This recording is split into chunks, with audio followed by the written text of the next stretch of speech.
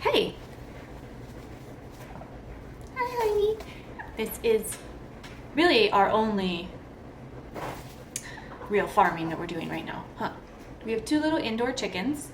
We have a little rooster named Boba, and this is Honey. Hi, Honey. They are little banties. They are Sramas, which are the smallest chickens on the planet, huh? And you guys are super cute, and they live in the house. Boba, well, let me get him. I'll be right back. Here's Boba's. Oh, buddy. If you follow me on Instagram, you've probably seen lots of pictures of Boba's, huh? But his little feet are deformed, huh? Yeah. So he doesn't live outside. He's a Sarama Frizzle. So he just hangs out inside, huh? And then we felt he was lonely, so then we got him a girlfriend. And that's where Honey came in, huh? So even though we do live in town right now, we're in a rental, it kind of feels like we're on a farm because Boba crows, don't you? You crow in the morning and multiple times a day. And he crows inside, and sometimes it's really annoying. You tend to crow when I'm on the phone, huh? Yeah. But otherwise, we love them. We love having the indoor chickens. He's the sweetest thing at night. If you're sitting down in a chair on the couch, he'll come over to your feet because he wants to be picked up and loved on. Huh? See his really pretty frizzle feathers? Yeah, you're a good boy, huh? You're such a good boy. You take good care of your lady, Honey, huh? So yeah, Honey, Boba. And on Instagram, I kind of have a thread for them. You can go see a little bit more of their history. But yeah, they're really sweet. That is basically what Indy Lane Farms looks like right now, huh? Just you and Honey.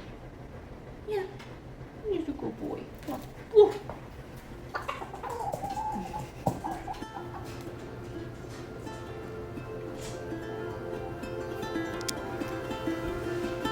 Little frizzle butt. Ooh.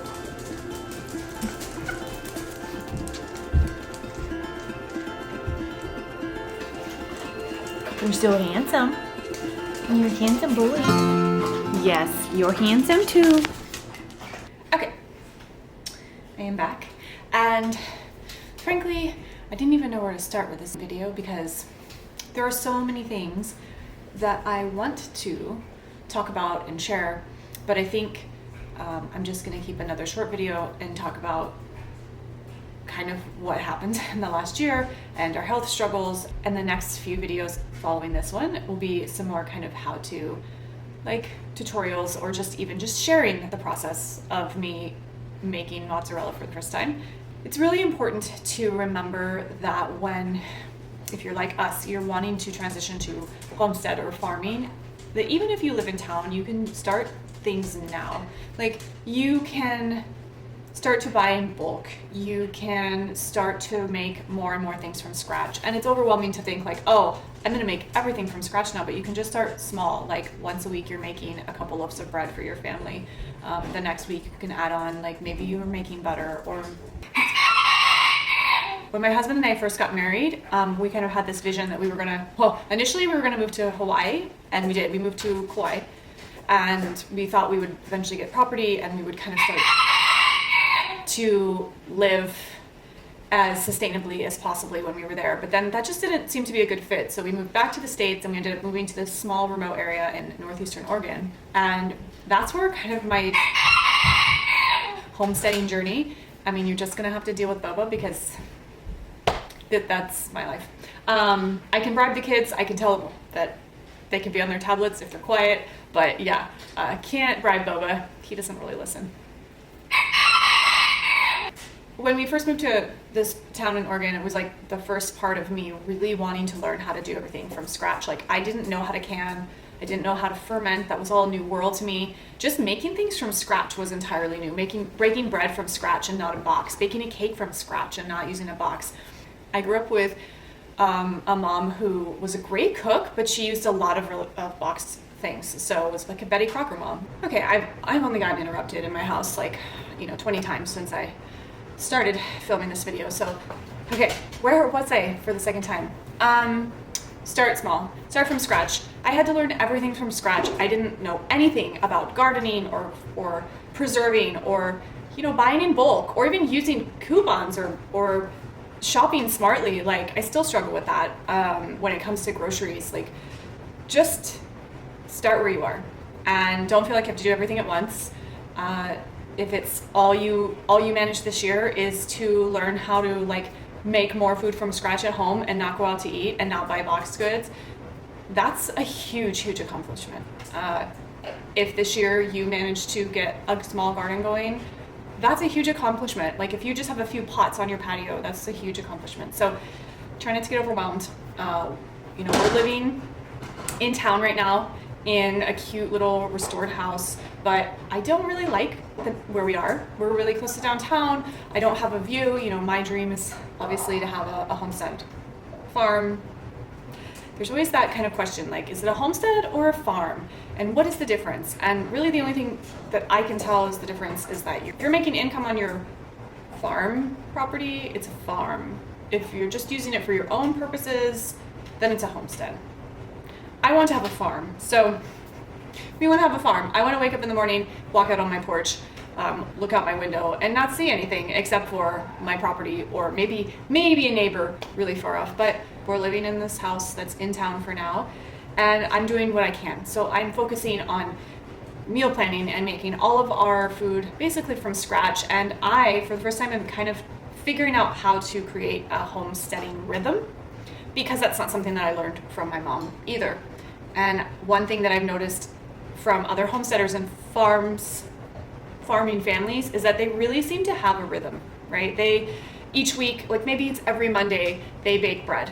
And on Tuesdays, they do laundry. And on Thursdays, they might can or preserve some things, or they're working in the garden. Like they kind of have a consistent schedule where they're doing the same things every week to ensure that their family is fed and taken care of. If you don't have a rhythm, it's chaotic. And I don't know, for me, if I don't create a rhythm like that, then things don't get done. So that's one thing that I'm working on this year in 2023, is to just learn how to have a more organized household and kitchen with a more consistent rhythm. Because in there too, we're homeschooling, and I have to make sure that I include that into a rhythm. Otherwise, it doesn't get done either. So I am all over the place, but today I wanted to just touch a little bit. I think I've talked for 10 minutes and I haven't said anything. That's how it feels. But today I want to just touch on what happened when I stopped filming for this channel last year. And there were two really big components. One, I started apprenticing at an herb shop in Mesa, Arizona. Amazing herb shop called Southwest Herb. And I did that for almost a year. And so that kind of took a whole day. And honestly, that day was the day that often I would be editing and getting my videos put together and uploaded. And so that having that whole day taken away from my schedule made it a little harder to show up here consistently. And I'm sorry for that, because I really enjoy doing videos. I love showing tutorials on how to create, and whether it's herbs or bread or whatever it is, I really enjoy doing that. But you know, as I was doing that, my focus and energy was going to that, and I just didn't have the emotional or physical ability to film videos. So there was that. And then also our family, we didn't know at the time, but we were living in high levels of toxic mold, and we were living in Arizona in the desert. So even though the word mold came up a few times when it came to our health struggles, I disregarded it because we lived in the desert and I didn't think it was possible to be dealing with mold. But it's actually the opposite. Mold is a huge problem there.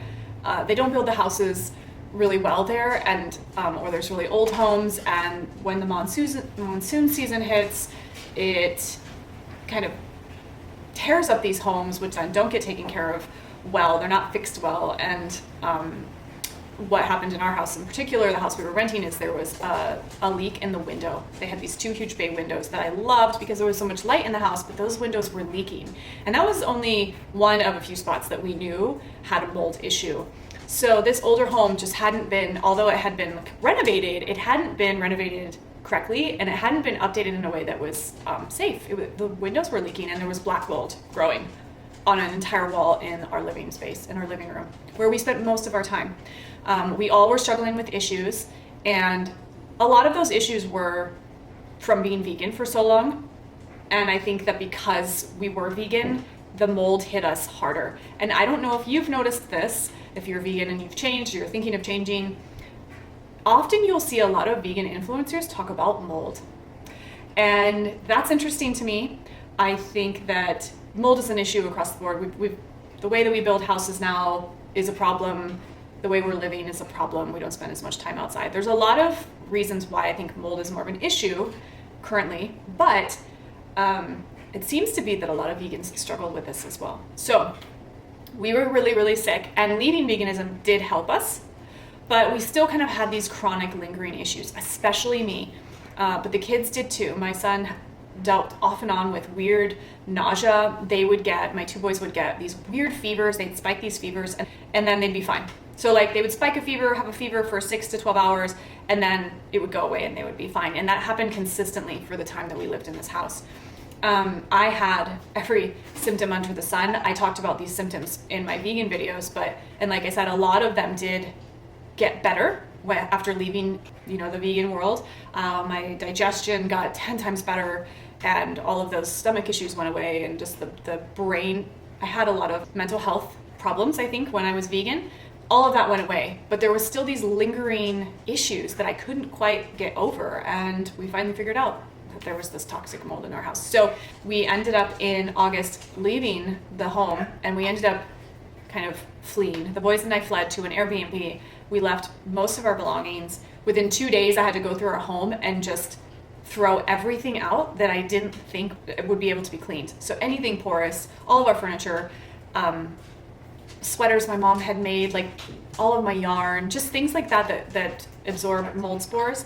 And then so much other stuff. I couldn't mentally break down everything and like clean it all before it got packed. So much of it we just got rid of, and it was really hard because then we were living in an Airbnb. We didn't know where we were going to go, and all of our belongings, what was left, was in a storage unit. It's still in a storage unit. We have a very small amount of our things here in this house, and it was really, really hard. And there was no room for anything else in our life other than recovering from that. It took about 2 weeks of being out of that house for me to feel 100 times better almost. And so I feel really grateful that my body was able to, detox. My detox pathways were always open. I was still sweating. So I think my body did a really good job of purging all of that mold. And my kids, of course, recovered really quickly. My husband, he had issues too, but of course they weren't as bad as mine, and he wasn't reacting like I was. I would go back into the house after we had left. I would start reacting instantly. I would start sneezing. And I was wearing a mask, so I wore this heavy duty mold mask, and I would go in, and even doing that, I would react, and I would start sneezing. I would start coughing. My eyes would burn, and then I would be sick for like 24 hours. So it was a really big deal. It was really hard for us, and yeah, we lived in an Airbnb for a couple months before we made the decision to move here. And this move was completely God-led, honestly. And I think I'll have another video where I talk about that, but that's why we ended up in Wisconsin, was because really I started praying for guidance, and the answer ended up being here. So I will touch on that in another video. But today, on top of this, I didn't want it to just be a talking video. I thought I would share how I make a really simple loaf of bread. I actually don't eat it because I'm pretty much grain-free at this point. I feel my best when I'm eating a keto, almost carnivore lifestyle right now. I tend to get joint pain when I introduce grains and sugar, especially sugar, and any type of sugar. Honey, maple syrup, any of it will cause joint pain. So I just tend to avoid them. I used to get excruciating gut pain if I had any type of gluten, and I don't have that now, but I still am reacting. I'm still having inflammation, and so for me, it just doesn't make sense to eat any of that stuff. But I do make it for my children. They don't have any problems with gluten or dairy, or they don't have any allergies, and same with my husband. So I will make fresh bread for them, and it doesn't really bother me to make it and not eat it anymore. So thought I would take you along with that today, and thank you for being here, if you're still hanging in there, and I will see you in the next video. I'm hoping that the next video is going to be me making mozzarella cheese for the first time, so stay tuned for that. And of course, if you haven't subscribed yet, please do that while you're here. And yeah, I'll see you next time.